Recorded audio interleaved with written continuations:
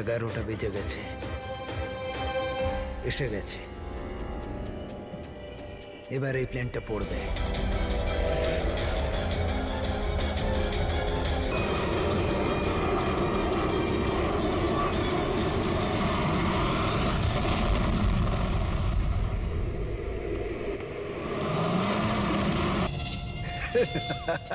মজা দেখলাম।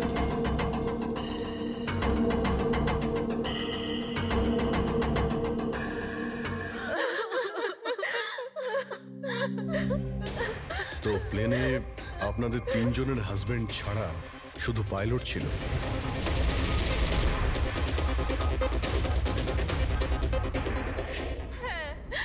আর এখনো অব্দি কোনো খবর পাননি আপনারা?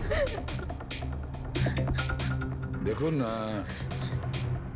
অথরিটিকে পুরো জিজ্ঞাসাবাদ করেছি, আর ওরা বলেছে যে প্লেনে কোনো টেকনিক্যাল প্রবলেম ছিল না। তাহলে আপনাদের এরকম কেন মনে হচ্ছে যে ওটা অ্যাক্সিডেন্ট ছিল না, ওটা প্লেন ক্র্যাশ ছিল না, বরং কেউ জেনে শুনে ওদেরকে খুন করেছে? ওনাকে অনেক দিন ধরে কেউ ফোন করে হুমকি দিচ্ছিল। দেখুন, আপনাদের হাজবেন্ড তো নামি দামি বিল্ডার্স, তাই হুমকি দেওয়া ফোন তো আপনাদের আসতেই পারে, তাই না? কিন্তু এক্স্যাক্টলি কি হয়েছিল বলুন তো আপনারা। হ্যাঁ, ওরা তিনজন সুরাট যাচ্ছিল কোনো জমি কিনতে, কিন্তু কিছু বিল্ডার্স ছিল যারা চাইতো না এই ডিলটা হোক। হ্যাঁ স্যার, কোটি টাকার ডিল ছিল। নিশ্চয়ই এই কাজ ওদের মধ্যেই কারোর হবে। আচ্ছা, হুমকি দিয়ে কেউ ফোন করলো আর আপনারা পুলিশের কাছে কেন রিপোর্ট করেননি? স্যার, আমরা পুলিশের কাছে যেতে চেয়েছিলাম, তো আমাদের হাজবেন্ডরা আমাদের বাধা দিল। হ্যালো, কে বলছেন? খবরদার যদি ওই সুরাটের জমিটার ব্যাপারে ভেবেওছো তুমি, বুঝেছো? হুমকি দিচ্ছেন? হুমকি দিচ্ছেন আমাকে? হুমকি ভাবো তুমি। কাল সকাল 11টার সময় তোমার জীবনের শেষ নিঃশ্বাস নেবে তুমি। আপনার যা করার করে নিন, এই ডিল তো আমি করেই ছাড়বো। প্লেন ক্র্যাশও ঠিক 11টার সময় হয়েছিল স্যার। 11টা বেজে গেছে, এবার এই প্লেনটা পড়বে।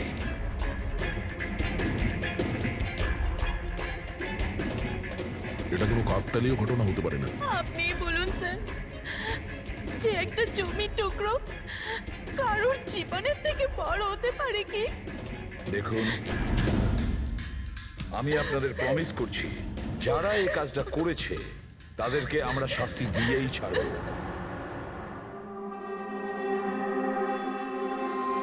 স্যার, আমাদের 5 বছর হয়ে গেছে এই কাজ করছি, আজ পর্যন্ত একটাও ভুল হয়নি।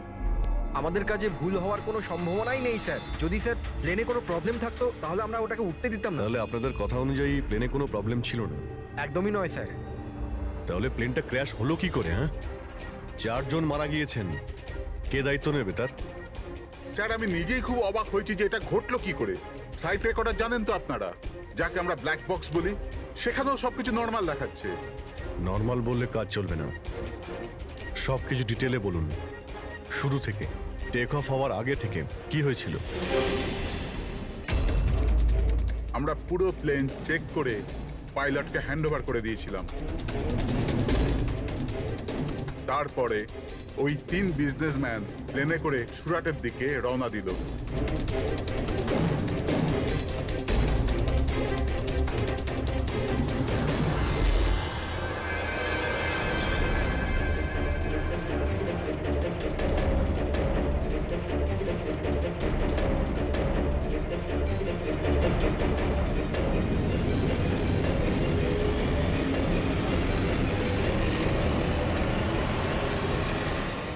স্যার, আমরা টেক অফের পারমিশন রেডিওর ফ্রিকোয়েন্সি থেকে পাই, মেন টাওয়ার থেকে।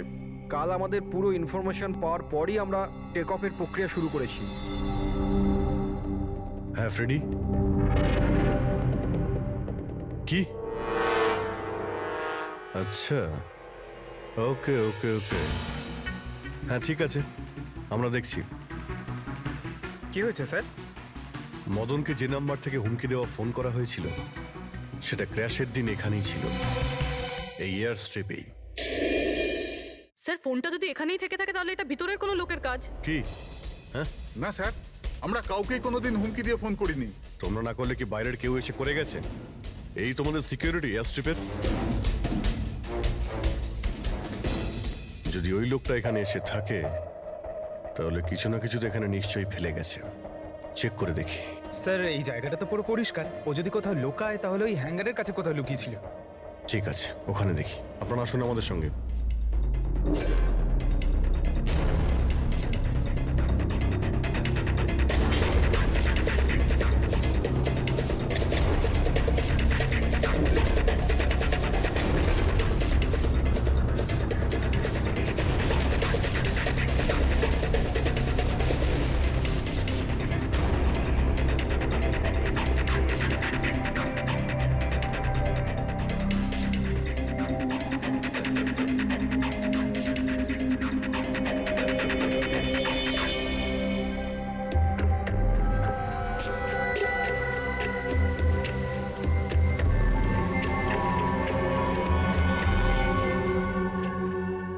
স্যার স্যার একটা ভাঙা ফোন পেয়েছি। স্যার আমার মনে হয় হুমকি দেওয়ার জন্য এই ফোনটাই ব্যবহার করেছিল। হতে পারে, ইউজ করে ভেঙে দিয়েছে।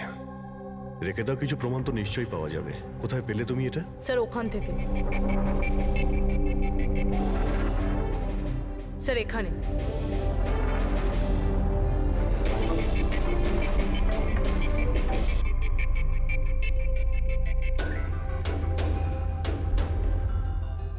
স্যার এই দেখুন, এখানে কানের মতো কিছু একটা দেখা যাচ্ছে। হ্যাঁ, তুমি তো ঠিকই বলেছ। ফোনটাও এখানে পাওয়া গেল, আর এই চিহ্ন। এমনটা নয় তো যে ওই অপরাধী এখানে হেলান দিয়ে ফোনে কথা বলছিল আর আমাদের জন্য ও প্রমাণ রেখে গেছে এখানে।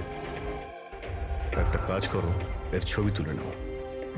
স্যার কানের চিহ্ন দিয়ে কিছু বোঝা যাবে? আরে কিছু না কিছু তো পাওয়া যাবে।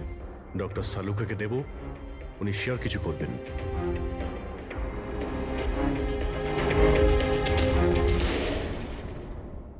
স্যার দুটো লাশ পাওয়া গেছে, অঙ্কুর আর মদনের। অঙ্গদ আর মদন। আচ্ছা, সুমিত আর ওই প্লেনের পাইলট? খুঁজ চলছে স্যার, এখনো কোনো খবর পাওয়া যায়নি। আপনারা প্লিজ কাঁদবেন না, একটু শান্ত হন প্লিজ। দেখুন, আমি আপনাদের কথা দিচ্ছি, আপনাদের স্বামীকে যারা খুন করেছে তারা আমাদের হাত থেকে বাঁচতে পারবে না। স্যার, হ্যাঁ, স্যার এই ফোনটা পেয়ে গেছি, যে ফোন থেকে হুমকি দেওয়া ফোনটা করা হয়েছিল। কিন্তু স্যার আমরা ওখানে পৌঁছানোর আগেই খুনি এই ফোনটা ভেঙে দিয়েছে, যাতে আমরা ওর অবধি পৌঁছতে না পারি। স্যার আমরা জানি এটা কে করেছে। চেনেন আপনারা কে কে খুন করেছে? রণদীপ আর শশী। রণদীপ আর শশী কারা? হ্যাঁ, স্যার এই দুজন উড বিল্ডার্স। এরা চাইতো না যে আমাদের তিনজনের স্বামী এই ডিলটা করুক। জানতাম, আমরা জানতাম যে এই ঘটনার পুরো দোষ আমাদের ঘাড়েই চাপানো হবে। আপনাদের পরিচয়? স্যার এরাই দুজন হলো সেই খুনি, রণদীপ আর শশী।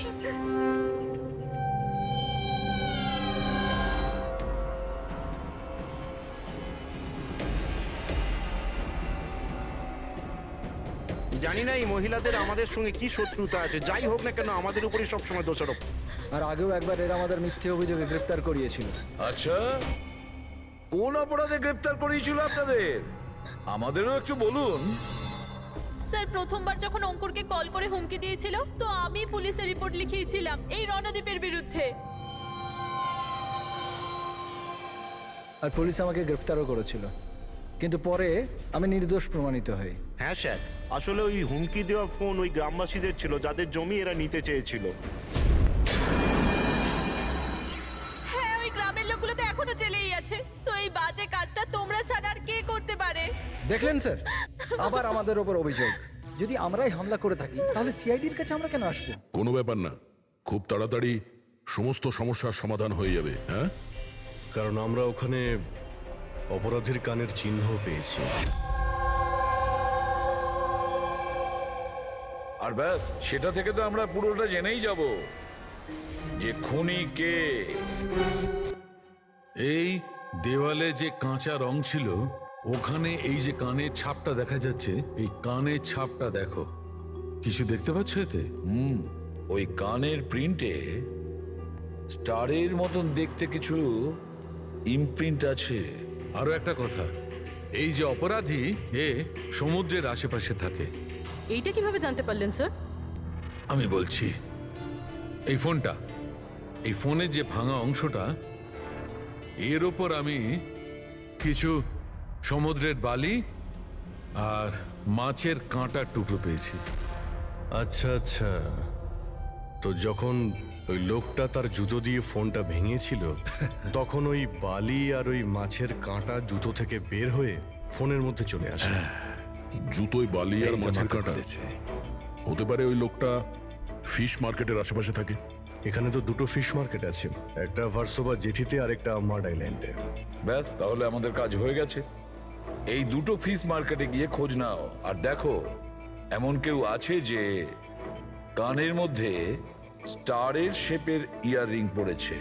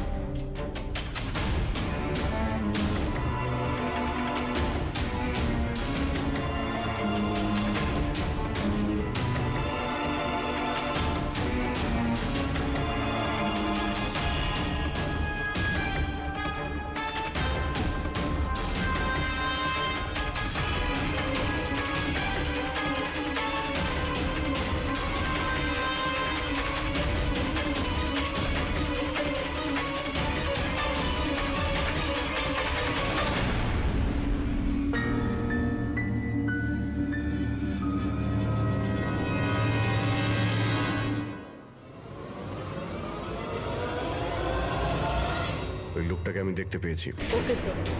সবাই চলে এসো। Okay sir.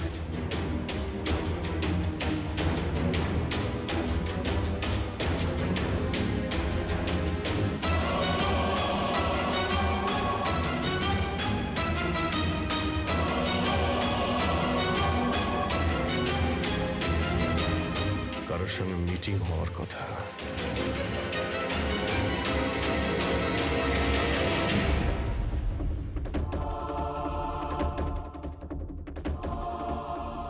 এই লোকটা কে চিনতে পারছি না তো।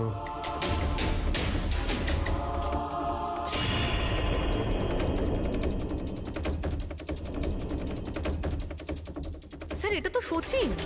এয়ারপোর্ট অথরিটিজ মরে যাওয়া পাইলটদের লিস্টে এর ছবি দেখিয়েছিল। এই পাইলটটা সচিন, এই সচিন বেঁচে আছে? স্যার, ও যদি প্লেন ক্র্যাশে মারা না যায় তাহলে এই এখানে লুকিয়ে কি করছে? তাই তো, সামনে আসছে না কেন? চলো গিয়ে জিজ্ঞাসা করি।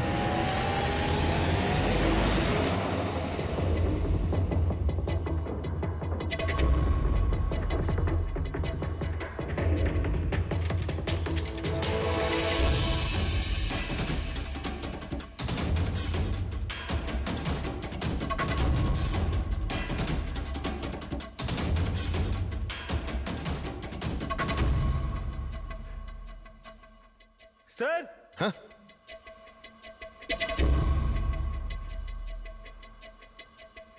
স্যার, এ তো মারা গেছে। মারা গেছে? ওই দেখুন স্যার, সচিন পালাচ্ছে।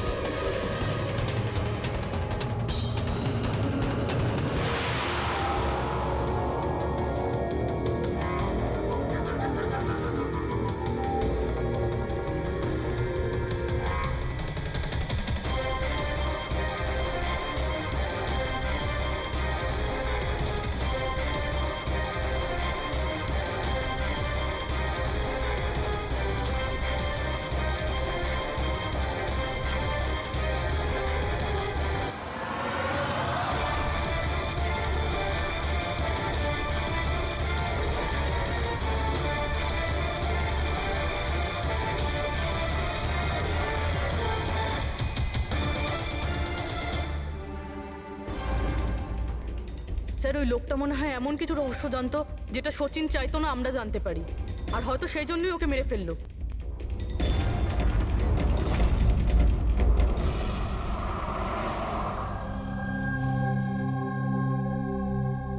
স্যার,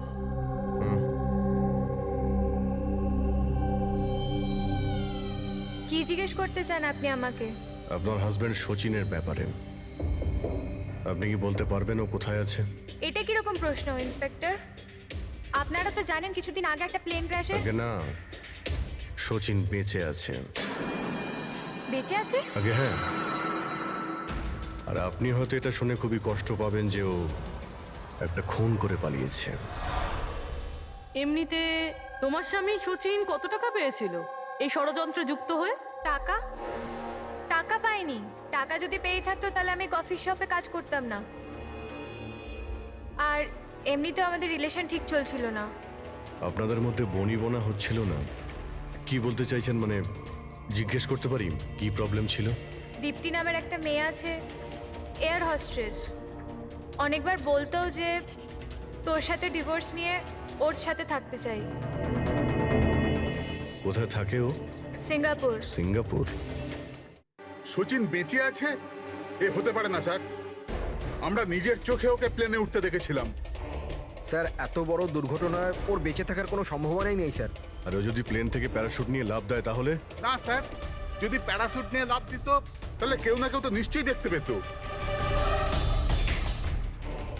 আমরা কিছু মিস করে যাচ্ছি না তো? কি একটু আগে তুমি কি বললে? কি মিস করেছো? না না স্যার, কিছু না। তোমাদের অ্যাপিয়ারেন্স বলছে যে তোমরা কিছু লুকোচ্ছ, তাই তো? কি ব্যাপার বলো, বলো তাড়াতাড়ি। সরি স্যার, আমরা ওই ছোট একটা ভুল করে ফেলেছিলাম। কিরকম ভুল? স্যার, যখন প্লেন টেক অফ করেছিল আমরা ওখানে ছিলামই না। আপনারা এত বড় ভুল কি করে করতে পারেন? হ্যাঁ স্যার ওই প্লেন যখন রানওয়েতে দৌড়চ্ছিল স্যার কিছু বিস্ফোরণ হলো স্যার। কিরকম বিস্ফোরণ? স্যার, কেউ একজন চকলেট বোম ফাটিয়েছিল, তো আমরা ওইটাই দেখতে গিয়েছিলাম যে কোথাও কিছু হয়নি তো। আরে এটা তো চকলেট বোম। আর স্যার যখন আমরা ফিরে এলাম তখন দেখলাম যে প্লেন উড়ে গেছিল স্যার। এটা ওই দাড়িওয়ালারই কাজ হবে স্যার। ওদের কনসেন্ট্রেশন নষ্ট করার জন্য। হ্যাঁ, কিন্তু অভিজিৎ, কেন? কিসের মোটিভ থাকতে পারে ওদের কনসেন্ট্রেশন ব্রেক করার জন্য? কিছু না কিছু তো গোলমাল আছে অভিজিৎ। আচ্ছা, যখন বোমটা ব্লাস্ট হয় তখন প্লেনটা বায়ুস্তরের কোন জায়গা ছিল? ওখানে গিয়ে দেখাও। আসুন স্যার। চলো দেখাও। আসুন।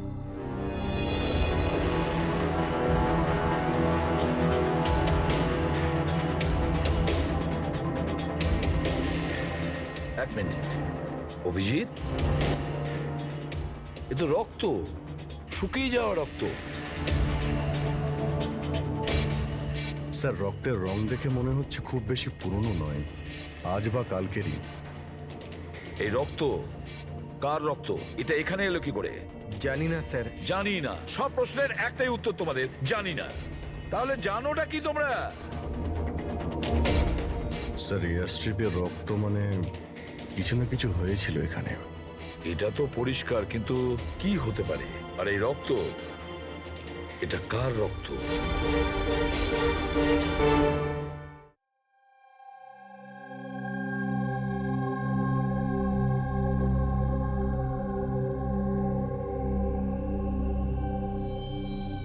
বস, জানতে পেরে গেছি ওই এয়ার স্ট্রিপে যে রক্ত ছিল ওটা কার?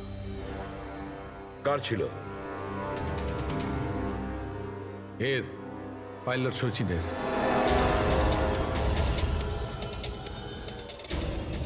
পাইলট সচিনের রক্ত? কিন্তু ওরা আঘাত লাগলো কি করে, কখন? স্যার, যখন আমরা ওকে জেটিতে দেখেছিলাম তখনও একটা স্লিং ব্যান্ডেজ পড়েছিল, আর ওর হাতে ব্যান্ডেজও বাঁধা ছিল। কিন্তু ইঞ্জিনিয়ার আমাদের এটা বললো যখন সচিন টেক অফের জন্য যাচ্ছিল একদমই ঠিকঠাক ছিল, ওর হাতে কোনো রকম ব্যান্ডেজই ছিল না। এটার একটাই মানে দাঁড়ায় অভিজিৎ, সচিনের আঘাত এয়ার স্ট্রিপের সময়ই হয়েছে। প্লেনটা টেক অফ হওয়ার আগেই সচিন এয়ার স্ট্রিপে পড়ে যায়, আর ওর তখনই আঘাতটা লাগে। ঠিক এই রকমই হয়ে থাকবে বস। কারণ এই জন্যে সচিন প্লেন ক্র্যাশে মারা যায়নি, কারণ সচিন প্লেনে ছিলই না। কিন্তু ডক্টর সালুখে কেউ তাহলে সচিনকে প্লেন থেকে লাফাতে দেখেনি কেন? আরে ওই দাঁড়িয়েওয়ালা ওখানে বাজি ফাটিয়েছিল না ওদের সরানোর জন্যে। এগুলো সব সচিন আর ওই লোকটার প্ল্যান ছিল।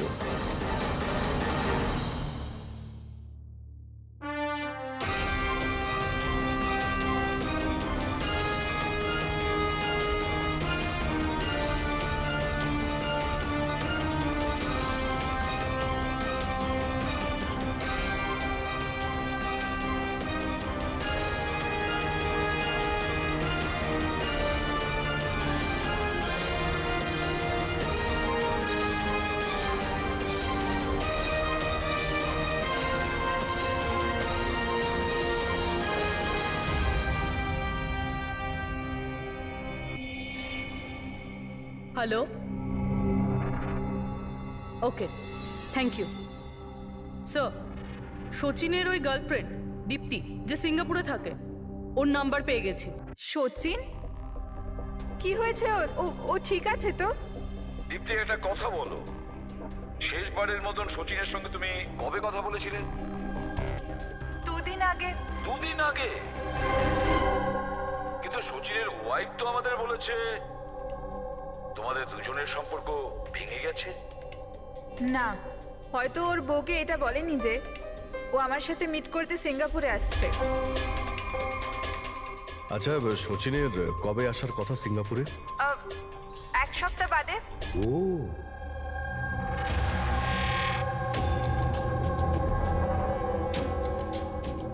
আচ্ছা, আর কি কি কথা হয়েছে তোমার সঙ্গে 2 দিন আগে?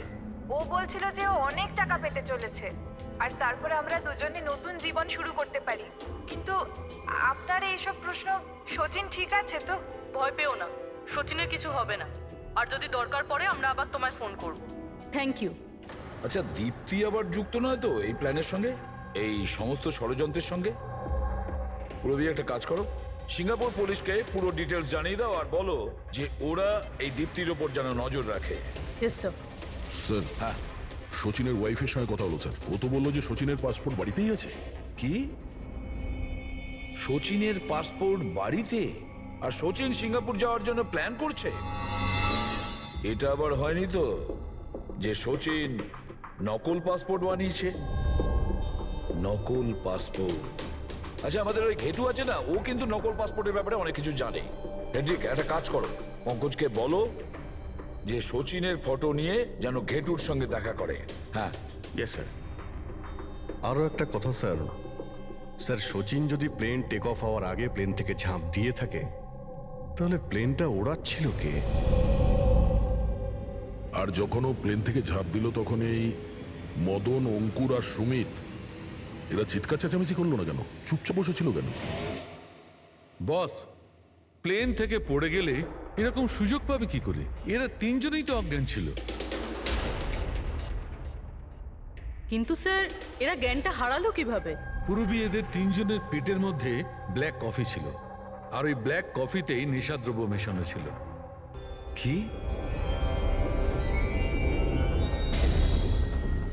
ব্ল্যাক কফির সঙ্গে নেশার ওষুধ? I am boarding. আপনার কফি। Thank you. তাহলে নিশ্চয়ই এটা সচিনের প্ল্যানের পার্ট ছিল। স্যার, একটা প্রশ্নের উত্তর এখনো পাইনি। বিনা পাইলট নিয়ে প্লেনটা উড়লো কিভাবে? এর উত্তর হলো UAS. UAS, আনইন্টারাপ্টেবল auto pilot system. এই প্রোগ্রাম দিয়ে মাটিতে থেকে আকাশে ওড়া প্লেনকে কন্ট্রোল করা যায় স্যার, যে কোনো জায়গা থেকে। হ্যাঁ স্যার, আমরা এই ফরেন্সিক ল্যাবে দাঁড়িয়েও যে প্লেনটা আকাশে উঠছে তাকে কন্ট্রোল করতে পারি। এই প্রোগ্রামটা এই জন্যই বানানো হয় যে আকাশে ওড়ার সময় প্লেনে যদি কোনো ইমার্জেন্সি হয় বা কোনোভাবে প্লেন হাইজ্যাকও হয়ে যায়, তাহলে তার কন্ট্রোল যেন নিচে থাকা লোকেদের হাতে থাকে। তার মানে প্লেনের ককপিটের কন্ট্রোল তার হাতে থাকবে যার হাতে রিমোট আছে। হ্যাঁ স্যার, আর যার কাছে রিমোট কন্ট্রোলটা ছিল সেই প্লেনটা ক্র্যাশ করিয়েছে সমুদ্রে। রিমোট কন্ট্রোলের লোক খুনি। 1 কফিতে নেশার ওষুধ। যদি একবার আমরা জানতে পারি না যে ওই ব্ল্যাক কফিতে নেশার ওষুধ, কে মিশিয়েছিল আর কে খাইয়েছিল, তাহলে বুঝে নাও রিমোট কন্ট্রোলের খুনির কাছেও আমরা পৌঁছে যাব। Remote control. Black coffee? Sir Madan তো ব্ল্যাক কফি খেতেন না, ওনার হাই ব্লাড প্রেশার ছিল। আর স্যার আমিও তো সুমিতকে কোনো ব্ল্যাক কফি দিইনি, কারণ ও যখন বাড়ি থেকে বেরিয়েছিল তখন আমিও বাড়ি ছিলাম না। দেখুন, আমরা ওই তিনজনের পেট থেকেই ব্ল্যাক কফি পেয়েছি, যে সেই নেশার ওষুধ মিশিয়েছিল। আর আপনারা বলছেন যে আপনারা কেউ নিজেদের স্বামীকে ব্ল্যাক কফি খাওয়াননি। হতে পারে অন্য কেউ ওনাদের ব্ল্যাক কফি খাইয়েছিল, বা হতে পারে বাইরে যেখানে গিয়েছিল সেখানে খেয়েছিল। কোথাও গিয়েছিল কি? হ্যাঁ স্যার, ওকে আমাদের ড্রাইভার এয়ারপোর্টে ছাড়তে গেছিল। তাহলে হতে পারে যে ও বাইরে কোথাও কফি খেয়েছে, তাহলে ড্রাইভার জানতে পারে। রবি, ওকে একবার ডাকুন তো, কোথায় আছে ও? স্যার যবে এই ঘটনা ঘটেছে তবে থেকে ও কাজে আসছে না, ও আমার ফোনও তুলছে না। তার মানে অভিজিৎ, এই রবি কাল থেকে উধাও।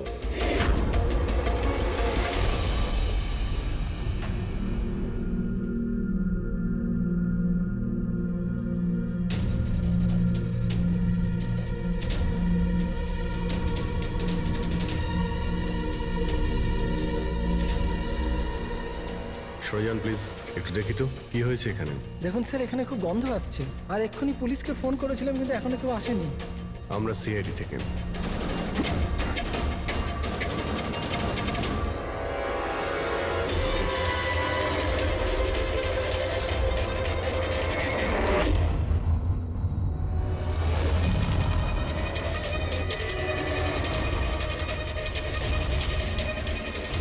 স্যার আরও একটা খুন।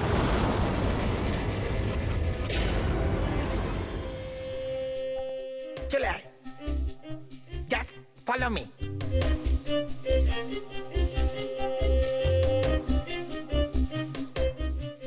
পঙ্কজ, চুপচাপ আমার পেছন পেছন চলতে থাকবি যতক্ষণ আমি এখানে আছি। তোর ঘাবড়ানোর কোনো দরকার নেই।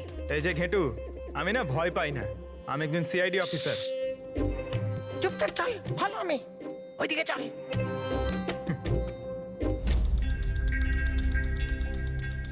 চলে আয়, পঙ্কজ।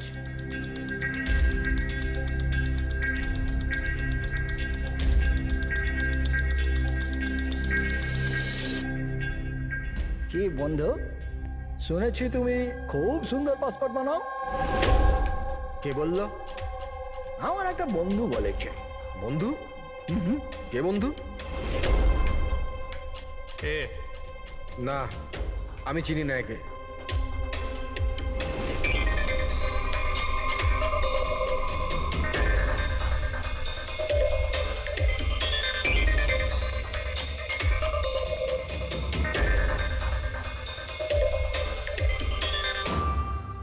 এ তোমার বন্ধু?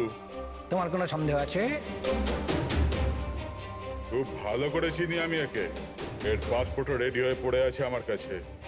আরে বাহ, তাহলে তো আমারও পাসপোর্ট হয়ে যাবে, তাই না? হয়ে যাবে, কিন্তু দুটো পেটি লাগবে। আরে দেবো তো 2 পেটি। বলো না কি চাই, আম চাই না 2 পেটি আপেল চাই, বলো কি চাই। এ শালা, 2 পেটি মানে 2 লাখ। 2 লাখ? 2 লাখ? চল এটা বল, তোর নাম কি লিখবো পাসপোর্টে? Sub inspector Pankaj, CID. CID? হ্যাঁ, সিআইডি। আরে আরে আরে, আমি কি করেছি তোমার? শুধু তোরই নয়, যত নকল পাসপোর্ট বানায় সব ধান্দা বন্ধ হয়ে গেছে। যে যে প্রশ্নগুলো আমি করব সব কটা সত্যি সত্যি উত্তর দিবি, না হলে 2 লাখ বার উঠবস করাবো, বুঝেছিস? জিজ্ঞেস করো কি করবার আছে। এ ওর নকল পাসপোর্ট নিতে কখন আসবে? জানি না। জানিস না? আজ সন্ধ্যেবেলা। দেখলে পঙ্কজ, খেঁচুর কামাল। স্যার রবির ঘর থেকে যে বোতলটা পাওয়া গেছে, ওখানে ওই নেশার ওষুধটা আছে যেটা সালুনকে স্যার ব্ল্যাক কফিতে পেয়েছিল। ওই রবি ছাড়া আর কারোর আঙ্গুলের ছাপ পেয়েছিলে ওই বটলে? হ্যাঁ স্যার, রণদীপের।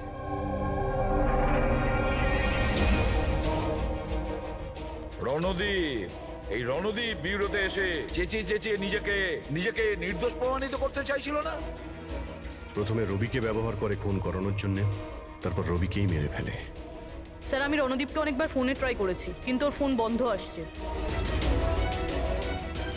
একবার এই সচিনকে যদি আমরা পাই না, ওই আমাদের পৌঁছে দেবে রণদীপের কাছে। সন্ধেবেলাই তো ও আসছে নিজের নকল পাসপোর্ট নেওয়ার জন্য।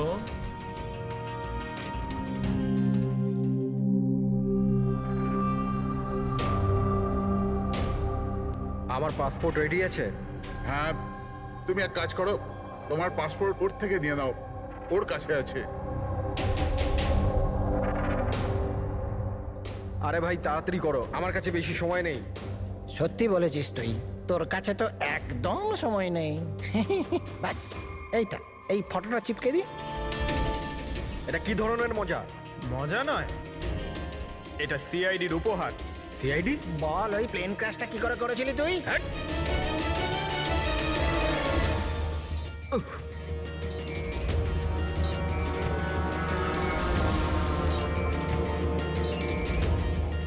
সিআইডি থেকে পালিয়ে টেক অফ করা এত সহজ নয়।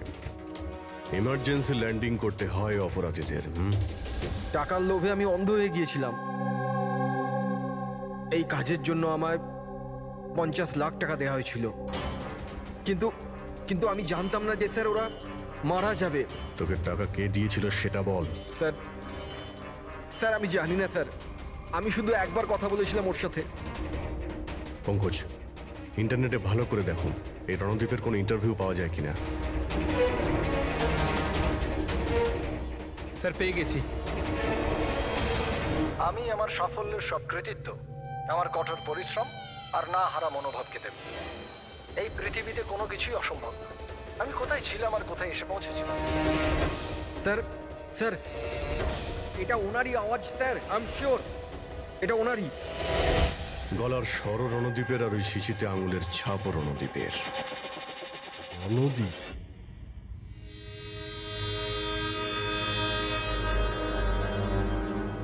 স্যার সামনে গিয়ে রাইটে। স্যার এই রণদীপের ফোন তো অফ বলছে, ওর লোকেশন কি করে ট্র্যাক করব?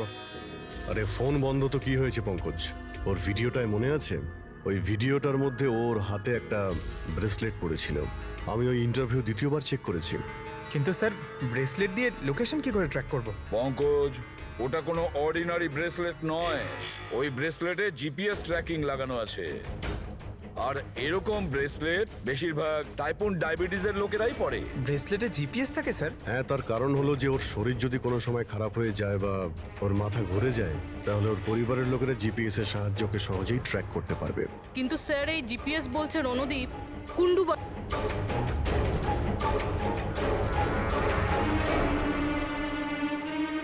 স্যার এখানেই কোথাও হবে, এইখানেই।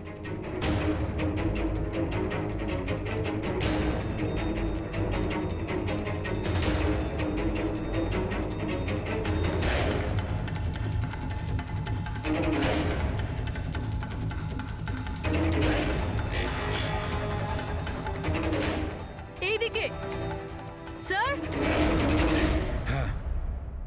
স্যার এখানেই কোথাও হবে। ওর হার্ট রেট ক্রমশ কমে আসছে। হার্ট রেট ক্রমশ কমে যাচ্ছে? এদিকেই ও কোথাও আছে। দাঁড়া, এই মাটিটা অন্যরকম মনে হচ্ছে কেন?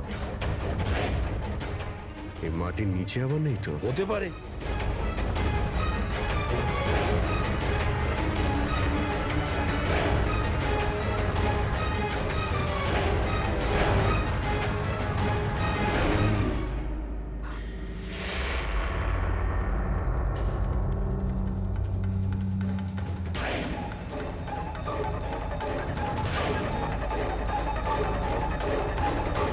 মাই গড,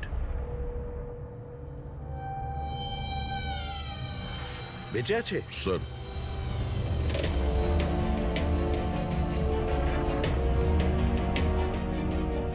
স্যার, আমরা তো ভেবেছিলাম যে এই লোকটাই খুনি, কিন্তু এখন দেখছি ওই তো মারা যাচ্ছিল। স্যার আমার মনে হয় না রবির খুন রণদীপ করেছে বলে, কারণ ব্যুরো থেকে বেরোনোর পরে ওর ব্রেসলেটের লোকেশন এখানটাই ছিল, ও অন্য কোথাও যায়নি। তার মানে যে সচিনকে টাকা দিয়েছিল সে রণদীপ ছিল না, অন্য কেউ ছিল। কিন্তু স্যার ভয়েস তো ওরই ছিল, গলার আওয়াজ তো ওরই ছিল। পুরবি আওয়াজ চেঞ্জ করে কথা বলা কোনো ব্যাপার না। আর আজকাল স্যার এমন এমন মোবাইলের অ্যাপ এসছে যার সাহায্যে যে কেউ যে কোনো আওয়াজে কথা বলতে পারে। কিন্তু কে কে সে যে রণদীপকে ফাঁসানোর চেষ্টা করেছিল? সে কে ছিল যে কিনা নিজের ভয়েস চেঞ্জ করার অ্যাপ ইউজ করেছিল?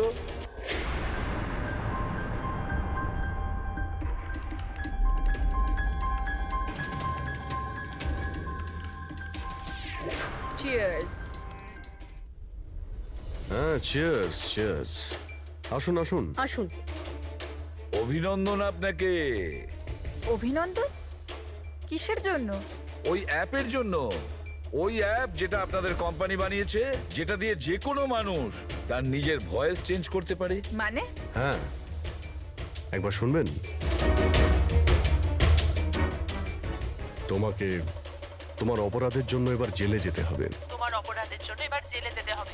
এটা কি ধরনের মজা? এটা মজা নয়। এই ডিভাইস দিয়েই তুমি রণদীপকে ফাঁসানোর চেষ্টা করেছিলে, তাই না? পুরবি, অ্যারেস্ট করো একে। চলুন ম্যাডাম।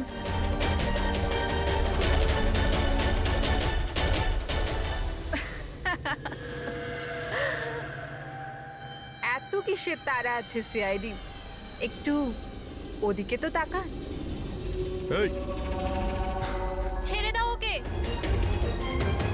বোকামি করো না। এই, ছেড়ে দাও এদের।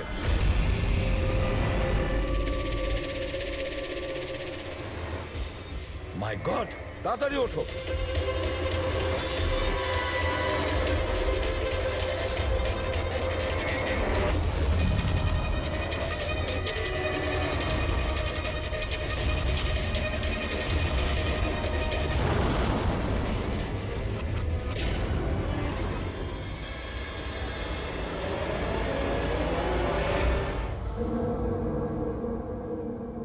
Good bye CID.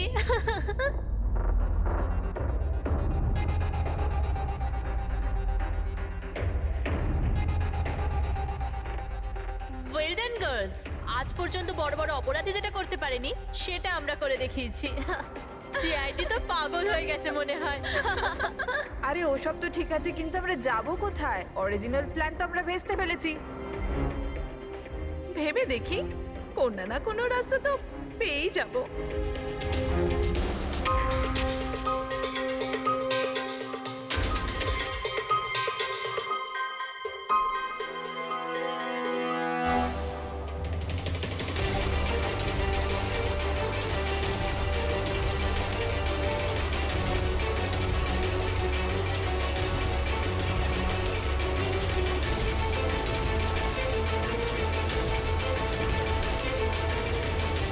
আরে কি করছিস? কিরকম ভাবে প্লেন ওড়াচ্ছিস তুই?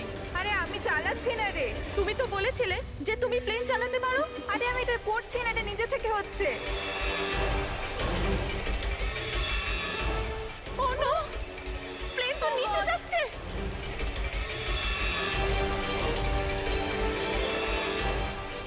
মনে হচ্ছে আমাদের ইউএস টেকনোলজি কেউ জানতে পেরে গেছে নাকি? কিন্তু কি করে?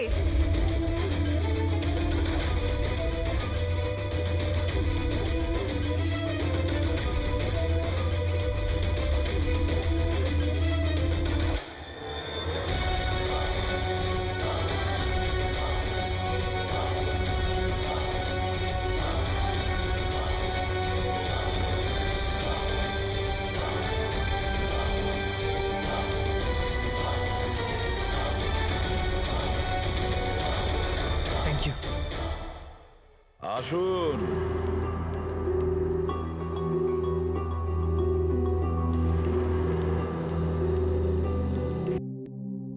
যে দেশে মহিলারা স্বামীর দীর্ঘ জীবনের জন্য ব্রত রাখেন, সেখানে আপনারা তিনজন মিলে আপনাদের স্বামীদের খুন করে দিলেন। নিশ্চয়ই কোনো উপযুক্ত কারণ ছিল এর। হ্যাঁ, কারণ ছিল। আমাদের হাজবেন্ডরাও ধোয়া তুলসী পাতা ছিল না। হ্যাঁ, লোকেদের কাছে তো এমন দেখাতো যে ওরা আমাদের খুব ভালোবাসে, কিন্তু বাড়িতে কিছু অন্য গল্প হতো। না আমরা কোনো ভালোবাসা পেলাম, আর না কোনো সম্মান। অঙ্কুর তো কতবার রিয়ার উপর হাতও তুলেছিল, হসপিটালেও ভর্তি হতে হয়েছিল ওকে। এই সব থেকে বিরক্ত হয়ে আমরা আমাদের স্বামীদের কল করে হুমকি দিচ্ছিলাম। আর ভাবলাম সুযোগ ভালো আছে, তাই আমরা ওদের মেরে ফেললাম।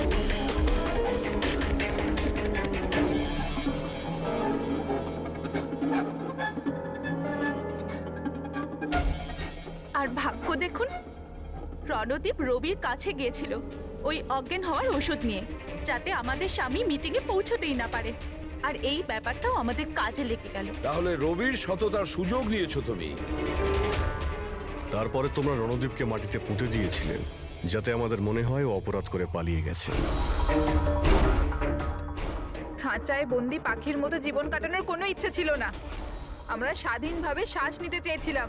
স্বাধীনভাবে শ্বাস নেওয়ার আরো কিছু পথ খোলা আছে ম্যাডাম। স্বামীকে খুন করা সব থেকে ভুল সিদ্ধান্ত। এটা ঠিক করতে যদি স্বামীর কাছ থেকে সরে যেতে, কিন্তু না, তোমরা তিনজন এমন রাস্তা বেছে নিয়েছো যে রাস্তা তোমাদের অন্ধকারে নিয়ে যাবে, আর সেটাও জেলের গড়াদের পেছনে।